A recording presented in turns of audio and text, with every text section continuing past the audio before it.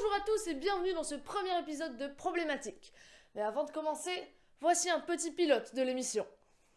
Dans l'émission Problématique, mon acolyte Romuald et moi-même allons prendre des sujets polémiques, compliqués et intéressants et essayer de les aborder en les analysant avec un regard critique. Le but est donc de comprendre un peu mieux la société dans laquelle on vit et de se questionner. Ce programme n'est pas là pour vous faire changer d'avis, mais pour vous donner plus de cartes en main. Alors installez-vous bien confortablement, car dans cet épisode, nous allons parler du vaccin contre le Covid. Moi je vais pas me faire vacciner, hein. Bah pourquoi? On sait pas comment ça marche. Eh bien, au contraire, figure-toi que si.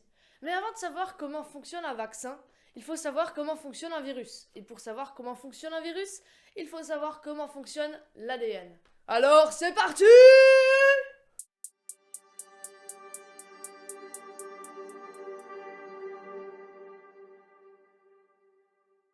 L'ADN, acide désoxyribonucléique, c'est le support de notre code génétique.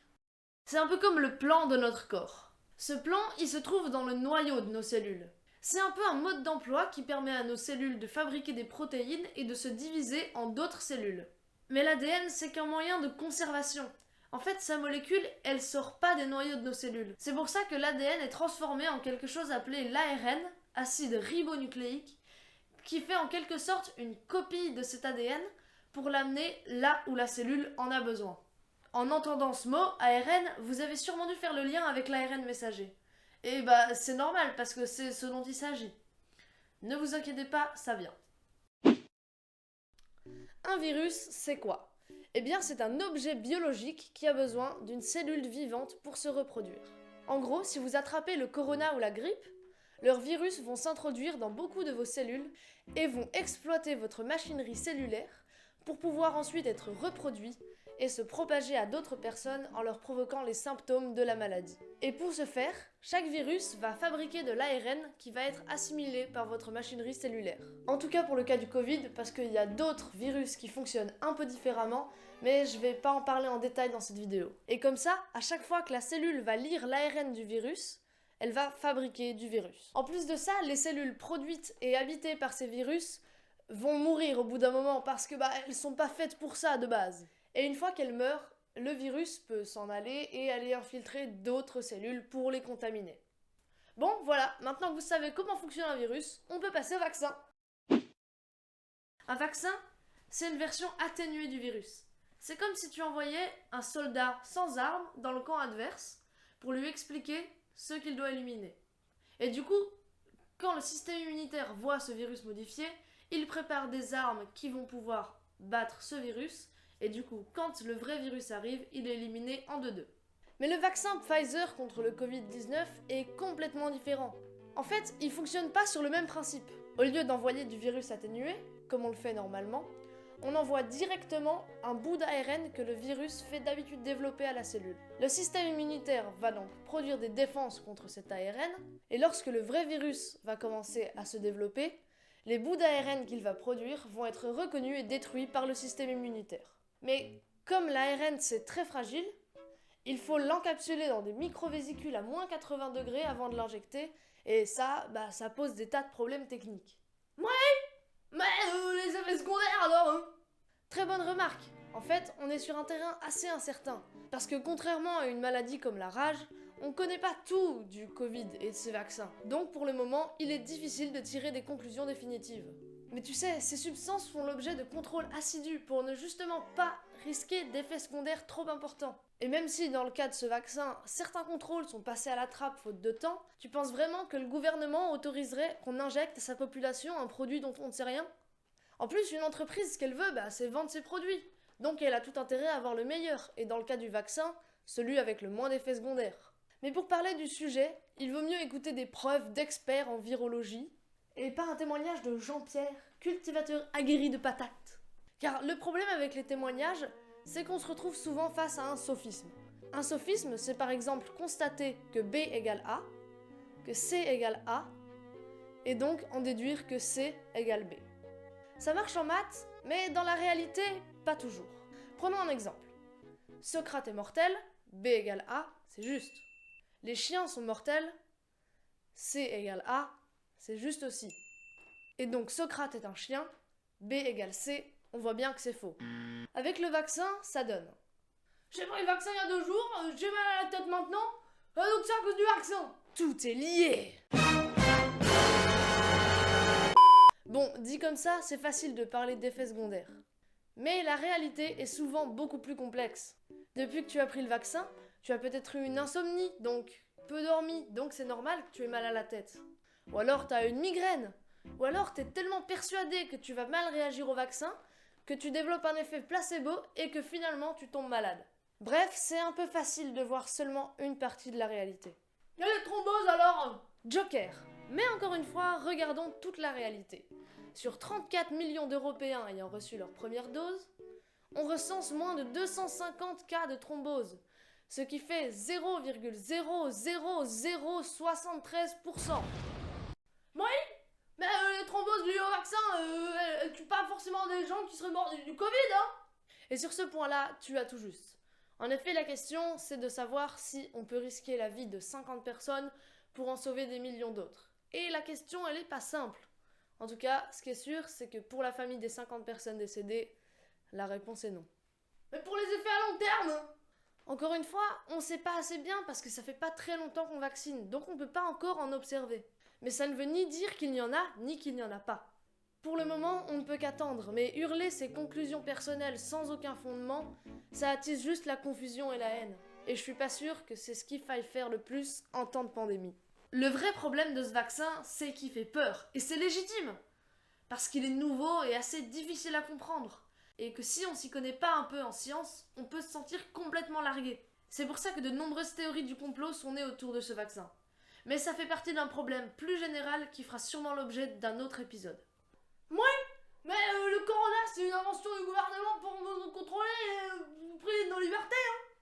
Eh ben si c'est un coup des gouvernements, c'est sacrément débile. Voyons les deux côtés de la balance. Certes, ils ont eu un peu plus de pouvoir sur nous, en nous enfermant chez nous, en nous privant de nos libertés. Si tant est que l'objectif du gouvernement, c'est de nous faire du mal, on peut voir ça comme un point positif pour eux. Mais je vois pas vraiment d'autres avantages, alors que je vois encore plein d'inconvénients. Comme par exemple le fait que cette épidémie, pseudo-épidémie, hein, a déstabilisé l'économie et donc coûté un bras au service public et donc aussi au gouvernement. Et dans un monde où tout est régi par l'argent, c'est pas bon de faire augmenter la dette publique. Surtout que pour rembourser cette dette, il faudra faire payer aux gens plus d'impôts. Et ça nous amène à notre deuxième problème. Car à cause de cette épidémie... Ta gueule! Tac, on a compris. Donc, à cause de cette épidémie, les représentants politiques ont perdu énormément de popularité. Essayez de me trouver un ou une politique déjà en place qui a glow up pendant cette année. Et dans notre société basée sur la démocratie, il vaut mieux avoir le peuple avec toi, quand tu veux te faire élire pour avoir plus de pouvoir. Et d'ailleurs, les pays qui n'arrivent même pas à se mettre d'accord sur des choses simples, comme devrait-on abolir le changement d'heure, comment ils arriveraient à se mettre d'accord sur une maladie qui aurait le même nom, qui provoquerait les mêmes symptômes, qui viendrait du même pays, qui serait provoquée par les mêmes choses? Je sors complètement du champ. Oui, mais je veux quand même pas de ce vaccin, hein. Je suis sûr qu'il y a des trucs dedans. C'est-à-dire des trucs? Des robots qui nous tracent pour le gouvernement. Wow, pause. En faisant le montage, je me suis rendu compte à quel point la question était stupide. Mais il y a vraiment des gens dans mon entourage qui m'ont dit ça. Du coup, c'est chiant, parce que je pourrais parler de trucs 1000 fois plus intéressants, mais je suis obligée de donner des arguments contre ce genre de stupidité, et du coup, je perds du temps dans mes vidéos.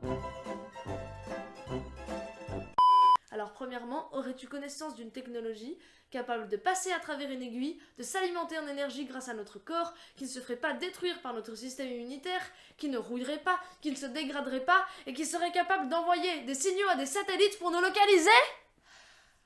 Si c'est le cas, je te prierai d'en informer au plus vite la communauté scientifique. Et entre nous, 99% des Français sont équipés de téléphones portables avec l'option localisée qu'ils ont eux activée de leur plein gré pour qu'on puisse les appeler. Alors si le gouvernement veut nous tracer, il y a quand même vachement plus simple. Et entre nous, si quelqu'un voulait nous injecter quelque chose, un robot ou un produit, il ferait mieux de passer par l'eau potable. T'as raison, je vais plus boire d'eau. Bonne idée, mec. Bon, pour résumer, quels sont les arguments contre le vaccin basés sur des faits scientifiques ou des valeurs individuelles qui valent la peine d'être écoutées et qui ne sont pas issus d'une énième théorie complotiste? D'abord, au niveau strictement scientifique, on a trop d'incertitudes sur les effets à long terme, je prends pas le risque. Alors j'ai cherché pendant 45 ans en position fœtale sous mon bureau une réponse à cet argument, mais du coup j'ai failli mourir d'inanition, donc on m'a placé en réanimation. Mais vu qu'ils avaient plus de place, ils ont dû laisser mourir du Covid Gérard, un papy de 83 ans. C'est de la contre-productivité, non? Du coup t'as trouvé? Deux arguments, mais qui ne résolvent pas entièrement la question. Le premier, c'est de dire qu'on connaît assez bien la famille des virus comme le Covid, et donc aussi leur vaccin. Donc, on devrait pas s'y être trop mal pris. Le second, c'est que certes, on connaît pas les effets à long terme du vaccin, mais par contre, on connaît le Covid long. Le Covid long, c'est quand tu meurs pas de la maladie, mais que tu peux passer des mois sans énergie et à la limite de l'évanouissement. Maintenant, à vous de choisir quel risque vous voulez prendre. Et ensuite, sur le plan moral, on peut penser que s'injecter des produits chimiques dans le corps, c'est contraire à certaines valeurs. Et alors là, autant je respecte la vie de chacun, autant je ne pense pas que contaminer des personnes fragiles et innocentes parce que tu n'as pas pris ton vaccin soit une valeur à défendre. Surtout que les anti-vax, non seulement ils veulent pas se faire vacciner, mais en plus ils veulent interdire aux autres de se faire vacciner. Là, c'est presque de la mise en danger d'autrui. Oui, mais ils ont raison, hein. On peut aussi penser que le fait qu'on doit être vacciné pour entrer dans certains pays, c'est immoral, hein. Bof, si tu bois de l'alcool, tu assumes, tu prends pas le volant. Si tu prends pas ton vaccin, tu assumes, tu prends pas l'avion. Et dans les deux cas, si tu le fais quand même, c'est parce que tu mets en danger la vie d'autres personnes que tu risques une amende. C'est pas normal, ça? Mais tuer le virus, c'est pas gentil! Puis c'est love, grand!